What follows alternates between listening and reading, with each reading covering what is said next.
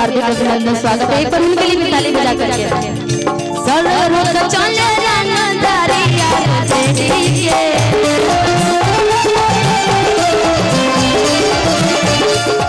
Professor चाचा के लिए भी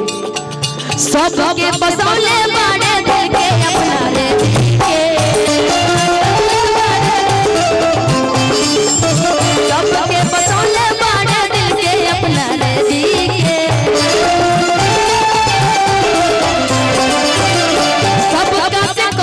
सबका से करेली बुबरा यार हो लालू यादव दिल के हमर बाड़े दिलदार होके दिलिया तो दिल के हमर बाड़े दिलदार होके लालू यादव दिल के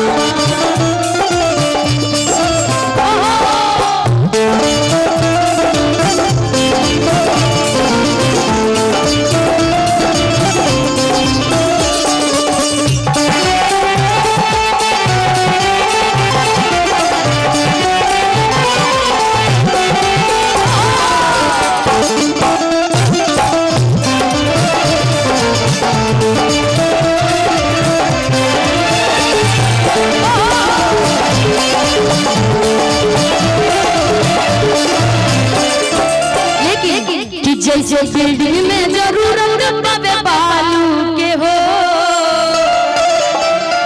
इनकी फरमाइश है कि जैसे बिल्डिंग में जरूरत पवे बालू के हो कि असही बा जरूरत फिर लालू के हो असही बा जरूरत फिर लालू के हो जैसे बिल्डिंग में जरूरत पवे बालू के हो जैसे बिल्डिंग में जरूरत पवे बालू के हो। अच्छा कौन कौन लालू जी से प्यार करते हैं हाथ उठा करके बता दो। सब करते हैं ना प्यार तो एक बार ताली बजा करके उनके लिए। हाँ दोनों हाथ देखिए दोस्तों उंगली उठाए हैं। जैसे छपरा में जितेंद्र भैया की जरूरत और जिनको जिस जिला में जिस लोगों की जरूरत है एक बार हाथ उठा करके अपने अपना हाथ उठा लीजिए एक बार हाथ उठा लीजिए। हाँ हाँ जितेंद्र भैया की जरूरत हमारे छपरा में है हम मानते इसलिए हम अपना एक हाथ उठा रहे हैं। एक बार आप लोग जिससे हमारे पूरे बिहार में लालू जी की जरूरत है हाथ उठा करके जैसे बिल्डिंग में जरूरत पवे बालू के हो जैसे बिल्डिंग में जरूरत पवे बालू के हो।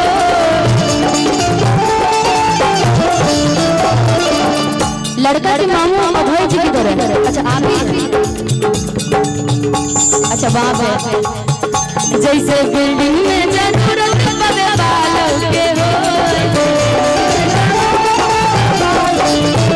जैसे बिल्डिंग में जरूरत पवे बालू के हो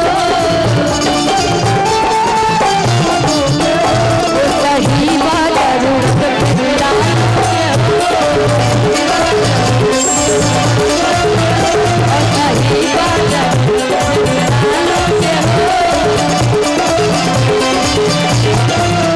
कुछ होई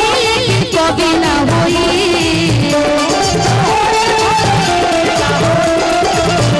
कुछ होई के भी ना होई नेता के कितना होई होई नेता के कितना होई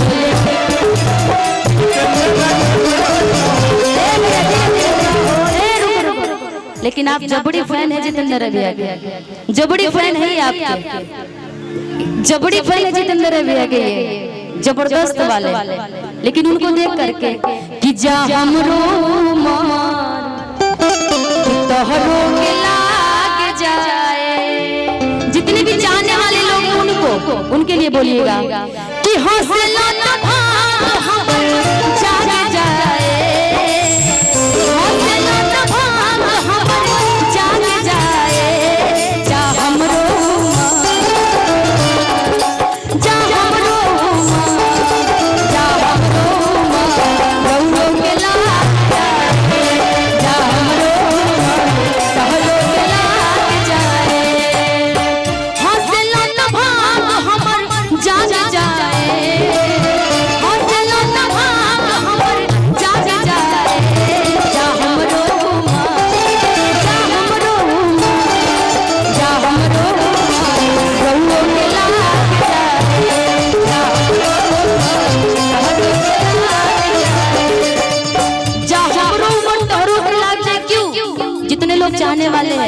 उनके लिए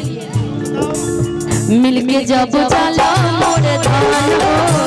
जिया जरेला छन छन हो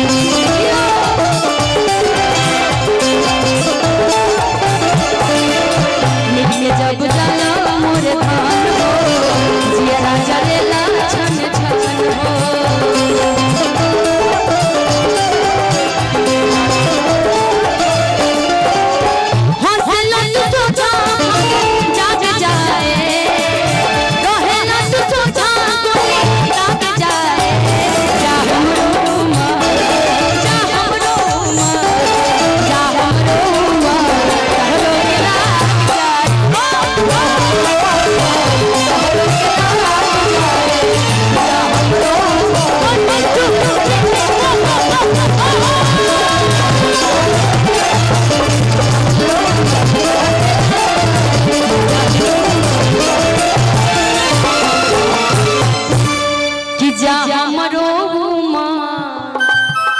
कि आप सबके लाग जाए।